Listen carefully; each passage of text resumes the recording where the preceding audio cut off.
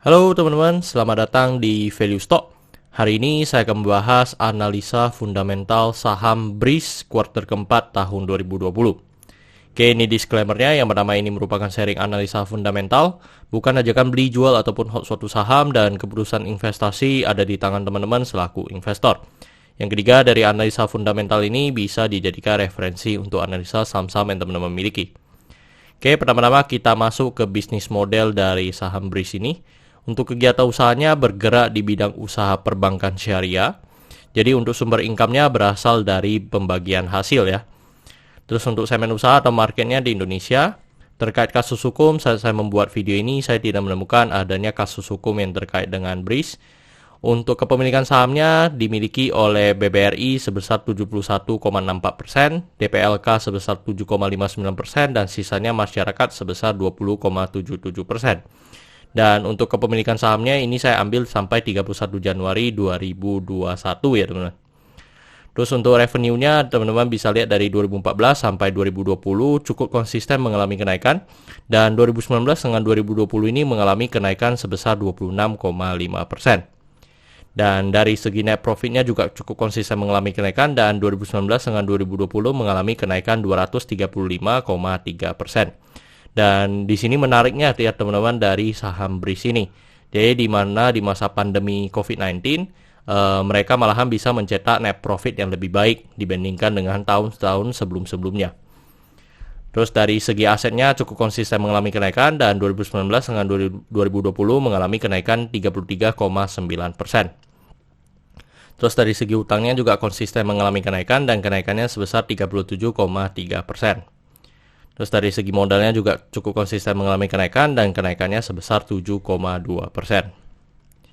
Dan teman-teman di sektor perbankan kita harus melihat 3 rasio ya teman-teman, yaitu MPL, yaitu CAR sama LDR. Tetapi karena ini adalah syariah, jadi mungkin L-nya loan jadi financing ya teman-teman, jadi NPF gitu. Tetapi saya pakai NPL atau CAR sama LDR supaya memang secara umum sebenarnya tidak beda jauh.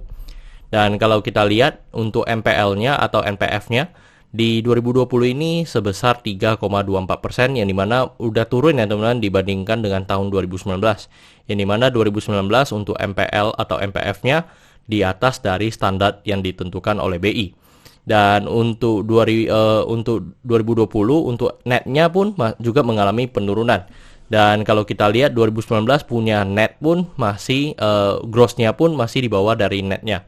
Jadi ini sangat bagus ya teman-teman di tahun 2020 ini dari segi MPF atau MPL.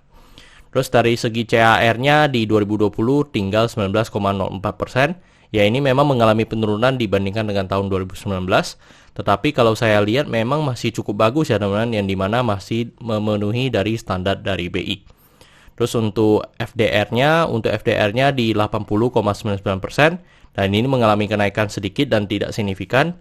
Dan menurut saya ini juga masih bagus teman-teman di bawah 90%, yang dimana di masa pandemi kebanyakan itu sangat beresiko ya teman-teman kalau kita meminjamkan uang atau memberikan kredit ya teman-teman. Jadi untuk kebijakan ini menurut saya dinilai masih sangat bagus. Dan teman-teman ini adalah summary laporan keuangannya dari 2014 sampai 2020.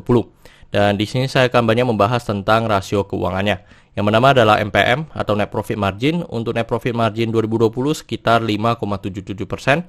Dan kalau kita lihat secara histori untuk rata-ratanya mungkin kita bisa mendapatkan sekitar 4% ya untuk dari segi Net Profit Marginnya. Jadi ini sudah 5% ke atas menurut saya mengalami improvement yang baik ya teman-teman untuk saham BRIS ini. Terus untuk dari EPS-nya di 26 mengalami kenaikan ya teman-teman sebesar 18. Dan tetapi kalau secara pernya mengalami kenaikan yang sangat signifikan. Itu disebabkan karena harga sahamnya pun mengalami kenaikan yang sangat signifikan juga. Terus untuk dari segi book value, untuk book value sekarang di 563. Dan kalau kita bandingkan dengan harga sekarang di 2690, maka kita bisa mendapatkan PBV-nya di 4,78 kali. Dan ini merupakan sejarah ya teman-teman dalam saham BRIS yang mengalami kenaikan yang sangat signifikan ini. Terus untuk dari segi DER-nya di 9,68 kali. Dan ini menurut saya cukup warning ya teman-teman, yang dimana kalau saran saya untuk perbankan yang bagus mungkin DER-nya jangan lebih dari angka 8 ya teman-teman. Tetapi masih oke lah, masih bisa diterima karena mereka saham second liner ya teman-teman. Terus untuk dari segi ROE di 4,59%. Dan kalau kita lihat secara histori pun memang untuk ROE-nya tidak pernah mencapai namanya 9% ya teman-teman. Jadi ini untuk saham BRIS ini mungkin belum mencapai tingkat yang paling maksimal ya teman-teman, yang dimana standar saya sih ROE kalau bisa sih di 9% ke atas. Terus untuk ROA di 0,43%. Oke teman-teman, saya membuat video BRIS ini untuk harga sahamnya di 2690. Dan dari analisa fundamental saya bisa mendapatkan nilai intrinsiknya sekitar 720. Jadi masih memiliki margin of safety minus 73%. Jadi teman-teman, untuk intrinsic value-nya ini adalah benar-benar saya melihat dari segi laporan keuangannya. Dan memang teman-teman saya juga sudah tahu bahwa untuk BRIS ini kan merger ya teman-teman dengan bank syariah yang lain. Dan nanti akan menjadi, kalau saya bilang sih memang bisa menjadi big cap juga ya teman-teman. Tetapi ya memang saya harus tunggu sampai laporan keuangannya keluar, baru saya bisa menentukan untuk intrinsic value yang mungkin sesuai dengan BRIS sekarang. Tetapi kalau dari intrinsic value sekarang, saya benar-benar hanya melihat dari laporan keuangan tahunan dari perusahaan BRIS itu sendiri. Oke teman-teman, ini adalah kesimpulannya. Yang pertama adalah produk dan jasa. Untuk produk dan jasa saya berikan oke untuk saham BRIS ini karena saya melihat perusahaan ini mampu bertahan 5-10 tahun ke depan. Dan apalagi sekarang dia ada prospek ke depan ya teman-teman, yang dimana dari merger. Jadi aku rasa perusahaan ini mungkin akan jauh lebih baik lagi. Untuk dari segi GCG saya berikan oke karena memiliki pemegang saham mayoritas dan tidak memiliki kasus hukum. Untuk revenue dan net profit saya berikan oke karena mengalami kenaikan dan kenaikannya cukup signifikan ya di masa pandemi seperti sekarang. Untuk aset saya berikan oke karena mengalami kenaikan. Untuk liability saya berikan oke karena mengalami kenaikan. Untuk book value saya berikan no karena harga jual sekarang di atas harga book value-nya. Untuk secara sektor saya berikan oke karena mereka masih memenuhi standar yang ditetapkan oleh BI. Untuk ROE saya berikan no karena di bawah 9% atau 2 kali bunga deposito yang saya anut. Untuk margin of safety saya berikan no karena negatif. Untuk dividen saya berikan no karena selama 5 tahun terakhir untuk BRIS masih belum cukup loyal membagikan dividen kepada investornya. Oke teman-teman, jadi kesimpulannya adalah 7/11 dan pertanyaannya adalah apakah saya akan investasi di saham BRIS ini? Tidak ya teman-teman, karena menurut saya sekarang mungkin juga bisa dikatakan dinilai over value. Tetapi saya belum bisa dipastikan bahwa ini pasti over value karena saya belum melihat laporan keuangan dari versi mergernya.